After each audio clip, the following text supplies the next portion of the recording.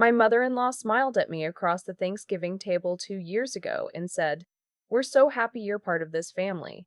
I believed her. I actually believed her. I should back up. My name is Serena, and I'm 31 years old.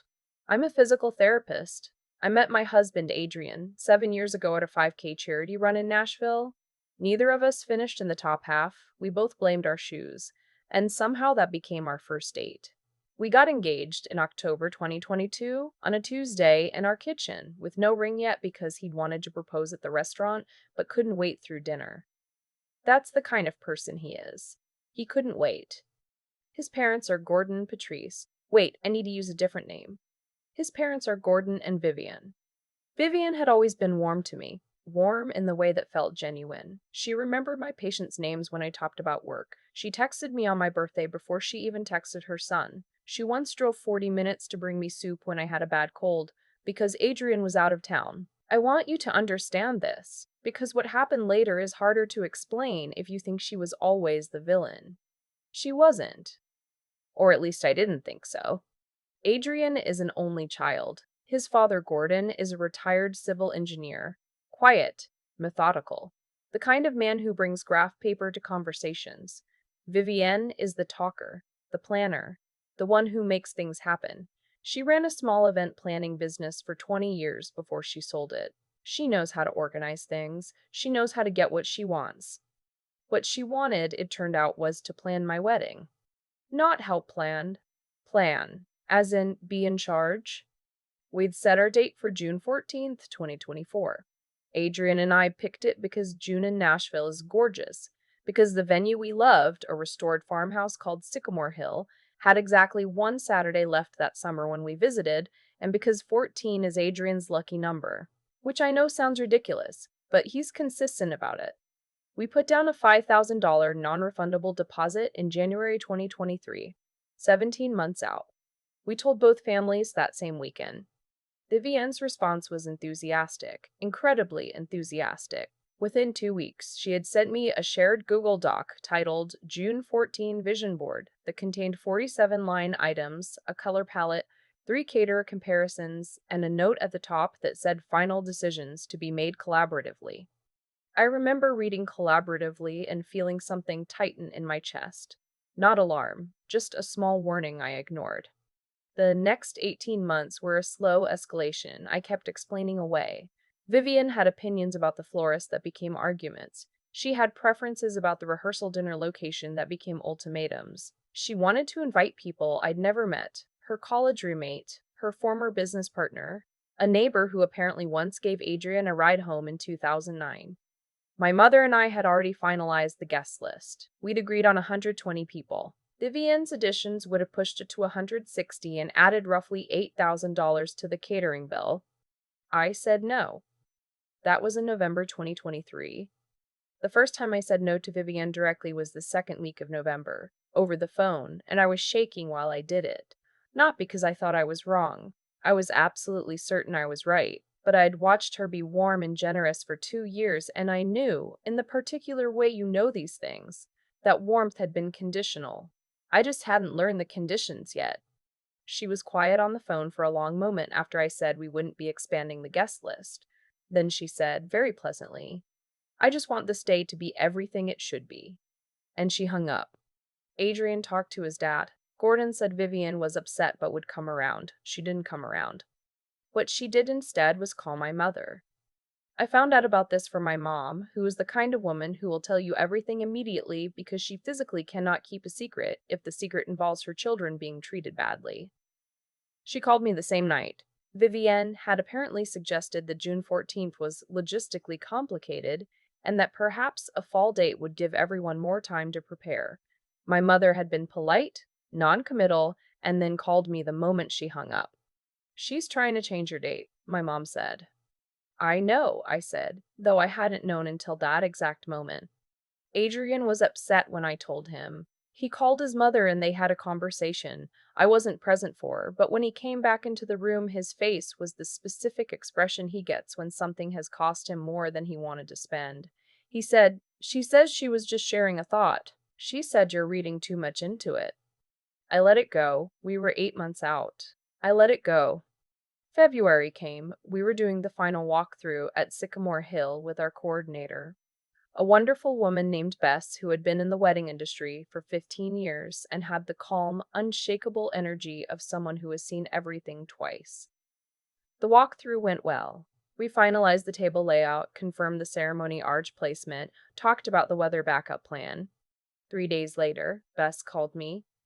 She said she'd received a phone call from a family member asking about the cancellation policy and whether the deposit could be transferred to a different date if the bride and groom needed to reschedule. I didn't give any information, Bess said carefully. I just wanted you to know. I sat down on my kitchen floor. I'm not being dramatic about the floor. I genuinely sat down because my legs stopped working for a moment. I had a sudden, very clear understanding of how far this had gone. I called Vivian directly. Adrian was at work. I didn't wait. She didn't deny it. She said she had simply been exploring options. She said she was concerned the date was going to cause conflict. She said, and I want to get this exactly right because I've thought about it many times since, I just don't want anything to overshadow what should be a beautiful day. I said, Vivienne, we put down a non-refundable deposit. We have sent invitations. 119 people have already booked flights and hotels. What exactly are you trying to accomplish? She said I was being hostile. I hung up. Then I sat on that kitchen floor for another 10 minutes and let myself feel the full, awful weight of understanding that the woman I had trusted for 2 years had been trying, behind my back, to unmake the wedding I had spent 17 months building. When Adrian came home, I told him everything. He went pale. He called his father, not his mother, and had the longest conversation I have ever heard him have on a phone. I sat in the next room and listened to his side of it, mostly silence on his end, and I understand. And no, Dad, that's not, no. And when he hung up, he came and sat next to me and said, she's been telling her friends the wedding is being postponed. What? She's been telling people the June date isn't final. I had no words. Gordon apparently had not known the full scope, or that's what he told Adrian. He said Vivian had convinced herself we would come around and had started managing the narrative preemptively. He sounded, according to Adrian, genuinely horrified. The next 2 weeks were the worst of our engagement. Vivienne went silent. No calls, no texts, no 47-line Google Docs. Adrian's parents did not RSVP to the wedding. When Adrian asked his father directly, Gordon said they needed more time to process. Process what? I wanted to scream. Process the fact that we're getting married? We got married on June 14th, 2024. It was a Saturday with a sky so blue it looked fake. Sycamore Hill was exactly as beautiful as I'd imagined it. Every time I'd closed my eyes and tried to hold on to something good during those winter months. My father walked me down the aisle to a string quartet playing the version of a song Adrian and I had argued about for 3 weeks before agreeing it was perfect. My college roommate Sloane stood next to me and kept squeezing my hand. Adrian's parents were not there. I had known they wouldn't be. Adrian had called his father the week before, and Gordon had said, quietly, that Vivienne wasn't ready. Adrian had said, also quietly, that he was going to marry me on June 14th regardless, and that he hoped they would be there, and that he loved them. And then he had come home and held me for a long time without saying anything. There were 2 empty chairs at the family table that had their names on small cards. I had kept them there. I don't know exactly why. Maybe because removing them felt like deciding something I wasn't ready to decide. My father gave a toast. Sloane gave a toast that made everyone laugh and then cry in the same 60 seconds.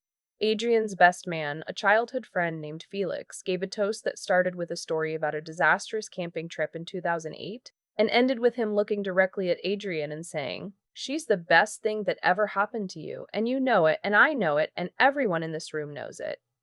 And then Adrian stood up. He hadn't told me he was going to do this. It wasn't on the program. I looked at him and he looked at me, and there was something in his face I recognized. The same look he'd had in our kitchen when he proposed before the restaurant, because he couldn't wait.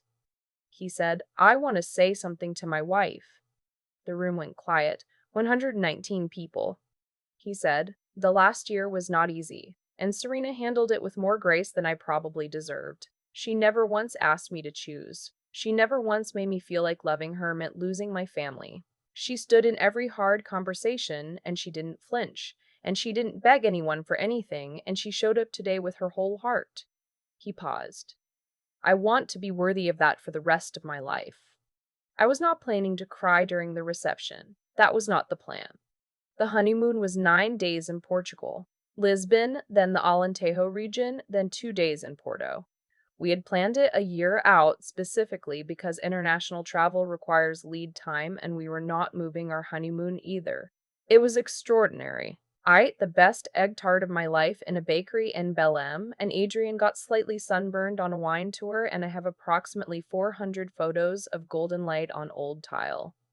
We came home in late June. The silence from Gordon and Vivienne continued.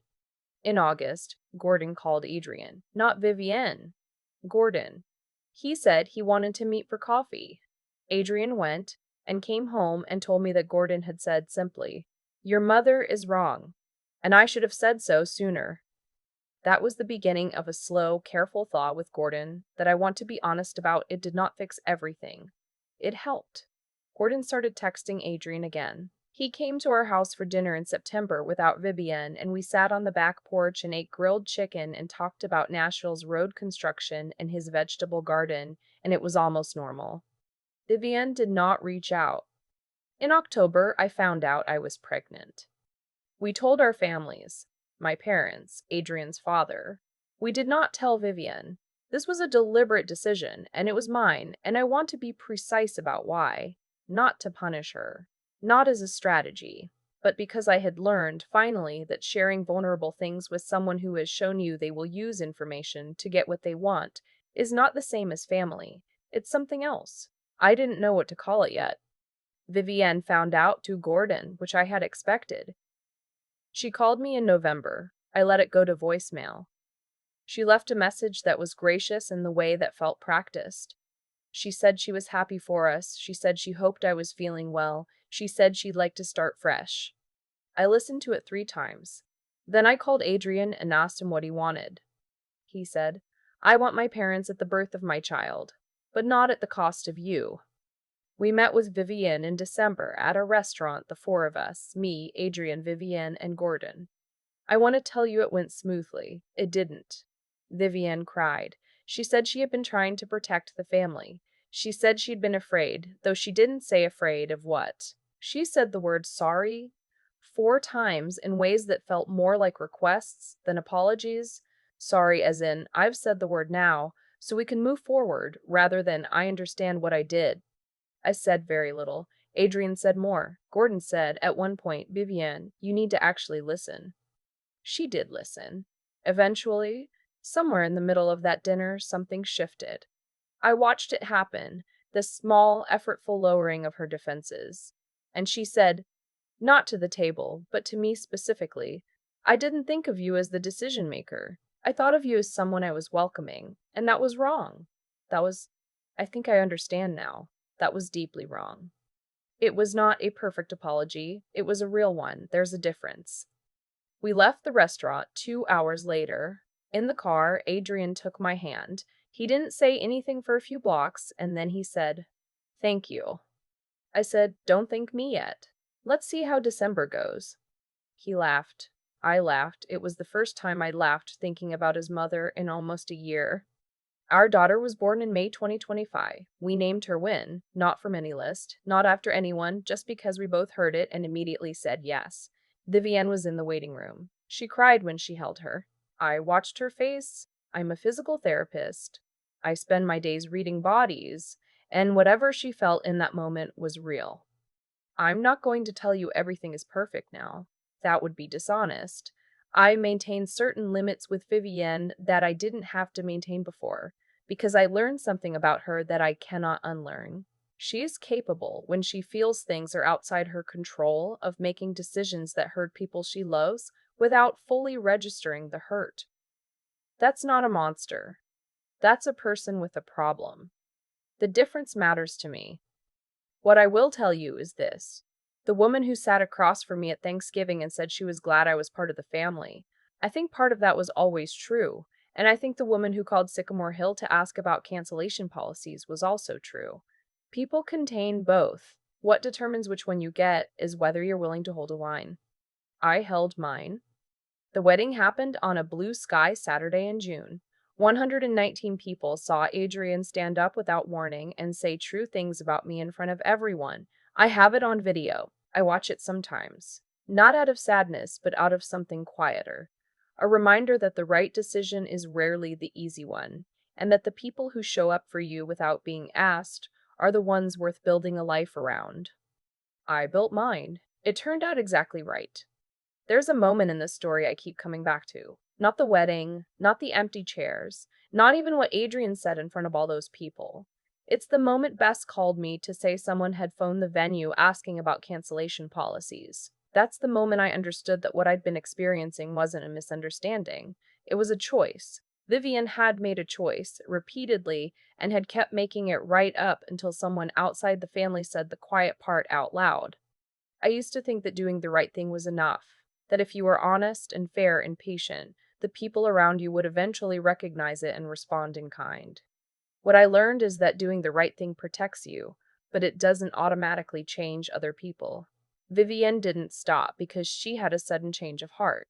She stopped because there were consequences. Gordon started speaking plainly to his son. The venue coordinator didn't give out information.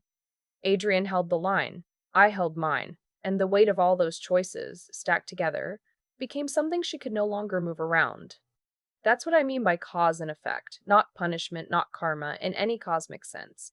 Just the simple, quiet truth that actions accumulate.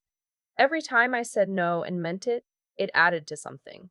Every time I didn't go behind someone's back, or twist the narrative, or call people on the phone to manage them, that added to something too. Not invisibly, concretely. By the time we sat across from Vivienne at that restaurant in December, she was sitting across from a person she could no longer dismiss or reroute. She had to actually see me. What got me through the hard months wasn't certainty. I was not certain about anything. I was scared, often. I spent more than one evening on the kitchen floor, not because I was dramatic, but because sometimes the body just gives out from holding too much tension. What kept me moving was something closer to clarity, knowing what I would and wouldn't do, and staying inside that boundary even when it was uncomfortable. That's not the same as being fearless. It's the opposite, actually. It's being afraid and doing the thing anyway because you know who you are. I also had to think clearly when I most wanted to just react. When I found out Vivian had been telling people the date wasn't final, my first instinct was to confront her in a way that would have felt good in the moment and made everything worse. I didn't. I talked to Adrian. I talked to my mother. I thought about what I actually wanted. Not just the wedding, but the marriage, the family we were building. The kind of person I wanted to be in 10 years when I looked back at this. That thinking saved me from a version of this story that ended worse. And then there's what Adrian did, standing up unannounced in a room full of people and saying true things about me. Nobody asked him to. Nobody prompted him. He did it because it was right, and because he's a person who, when the moment comes, chooses integrity over comfort. I married that. I want to be that. The chairs were empty at our wedding. I kept them there anyway. I think that was right.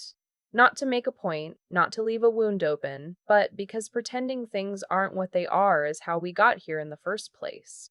The truth of what happened deserved to take up space. And then we danced, and my father cried, and Sloane spilled champagne on the tablecloth and blamed the shoes, and the night was ours completely. I built something that held. That's the whole story.